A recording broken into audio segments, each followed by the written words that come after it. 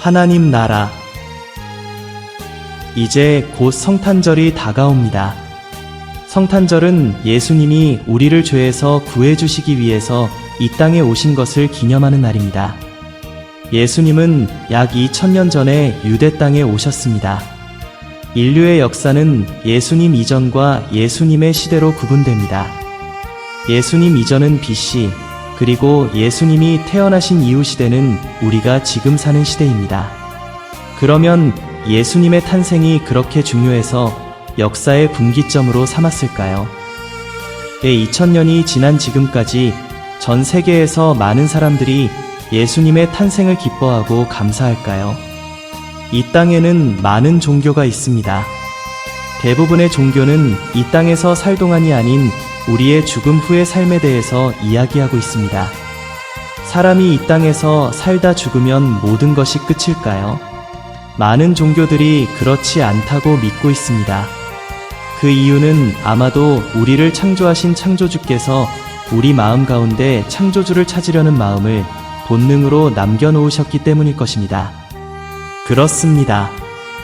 우리는 누가 창조했는지는 모르지만 그 창조주는 우리 마음 가운데 창조주를 그리워하는 마음을 분명히 심어 놓으셨습니다.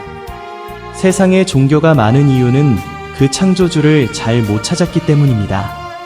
그래서 어떤 사람은 자기가 창조주라고 하기도 하고 어떤 사람은 자기 생각에 옳은 대로 창조주를 만들기도 합니다.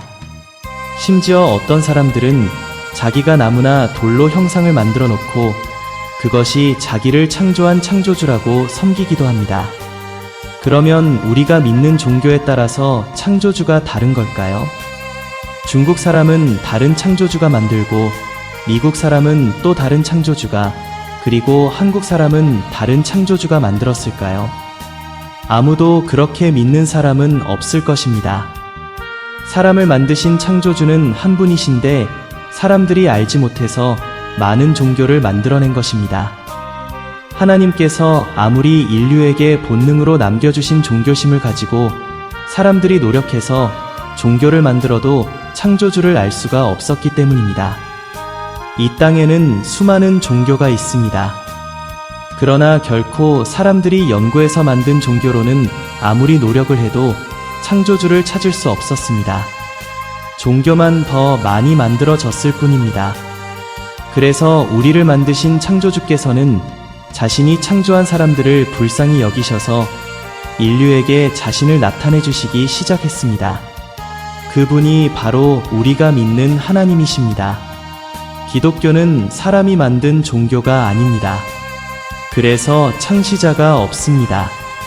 창조주이신 하나님께서 직접 긴 시간 동안 여러 사람을 통해서 우리 인류에게 계시해 주신 종교입니다. 성경은 하나님이 인류에게 주신 자신을 소개하는 편지입니다. 성경에는 하나님이 어떤 분이며 우리는 어떤 존재인지 또 세상의 창조에 대해서 처음부터 자세하게 기록하고 있습니다. 여러분도 너무나 잘 아시다시피 처음 하나님이 창조하신 인류는 죽음과는 관계없는 영원한 존재로 지어졌습니다. 그러나 아담의 불순종으로 말미암아 인류에게 죄가 들어왔고 영혼은 죽었을지라도 회개하고 하나님 앞으로 돌아올 수 있는 기회를 인류에게 주셨습니다. 그 기회는 육신이 이 땅에서 살 동안입니다. 우리 육신은 이 땅에서 100년을 채 살지 못합니다. 그러나 영혼은 육신의 생명이 끝나도 영원토록 없어지지 않고 존재합니다. 다만 영혼이 갈 곳은 천국과 지옥으로 나눠질 뿐입니다. 성경에서는 지옥에 갈 사람들을 죽었다고 표현합니다. 그래서 죽은 자들을 살리려고 아담의 후손이 아닌 죄의 피가 흐르지 않는 다른 한 사람으로 우리 죄를 대신 갚도록 하는 계획을 세우셨습니다. 예수님은 남자의 혈통을 받지 않고 성자 하나님이 직접 이 땅에 동정녀 마리아를 통해서 탄생하신 분입니다. 요한복음 1장에서는 태초에 말씀이 계시니라고 현재형으로 시작합니다. 이 말씀이 하나님과 함께 계셨으니 이 말씀은 곧 하나님이시니라. 그가 태초에 하나님과 함께 계셨고 만물이 그로 말미암아 지은 바 되었으니 지은 것이 하나도 그가 없이는 된 것이 없느니라. 말씀이 육신이 되어 우리 가운데 거하심에 우리가 그의 영광을 보니 아버지의 독생자의 영광이요 은혜와 진리가 충만하더라. 예수님이 이 땅에 오신 목적은 크게 두 가지로 볼 수 있습니다. 우리를 죄에서 구원하시고 마귀의 권세를 멸하려 하신 것이 그것입니다. 그리고 자신이 하늘로부터 오셨다는 것을 수도 없이 증명하셨습니다. 구체적으로 나병 환자를 고친다던가 눈먼 자의 눈을 뜨게 한다거나 죽은 자를 살린다거나 심지어는 자연까지도 순종하는 현상들을 보여주신 것이지요. 이런 것들은 인간이 아닌 하나님만이 하실 수 있는 영역으로 자신이 하나님이라는 사실을 보여주신 것입니다. 그분의 말씀 중에 나는 부활이요 생명이니 나를 믿는 자는 죽어도 살겠고 무릇 살아서 나를 믿는 자는 영원히 죽지 아니하리라고 말씀하고 계십니다.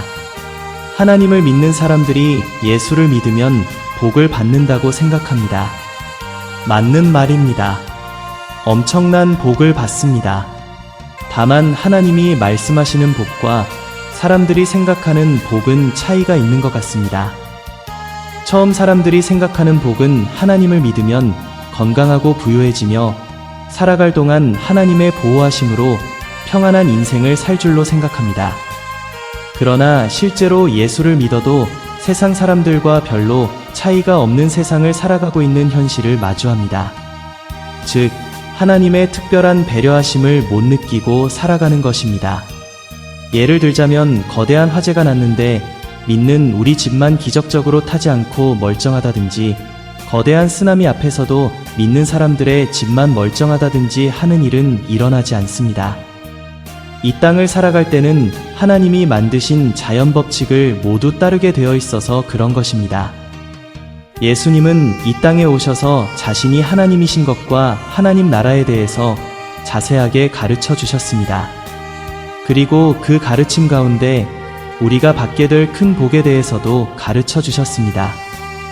구약에서는 내세관이 희미하여서 현실의 삶 가운데 받는 복을 중요시하였습니다.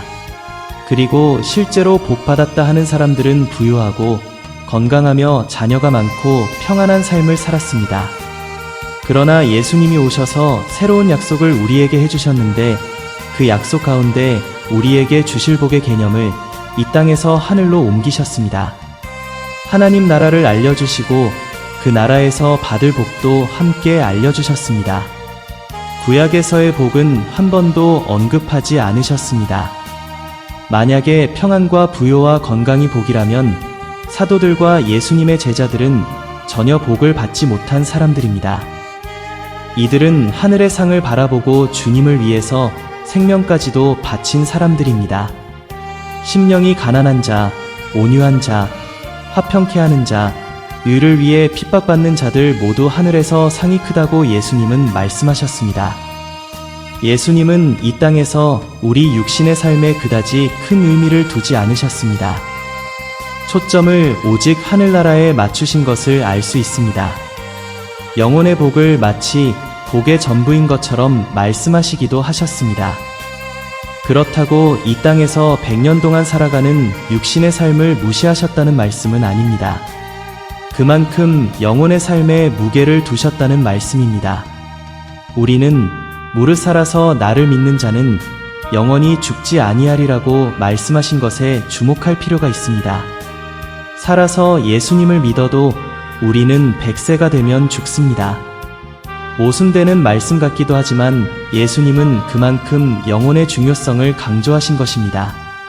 육신의 죽음에는 크게 의미를 두지 않으신 것이지요. 때로는 가혹하리만큼 육신의 삶과 죽음에 대해서 의미를 부여하지 않으셨습니다. 아버지가 죽은 제자에게 죽은 자는 죽은 자들이 장사하게 하라고 말씀하셨습니다. 우리는 몰랐지만 이렇게 중요한 영혼을 살리기 위해서 예수님은 이 땅에 오셨습니다. 그리고 우리와 하나님 간의 죄로 인해 막혔던 담을 허시고 하나님과 우리를 화평케 하신 분이 바로 예수님이시고 그분의 탄생이 온 인류의 가장 큰 사건임을 다시 한번 새겼으면 좋겠습니다.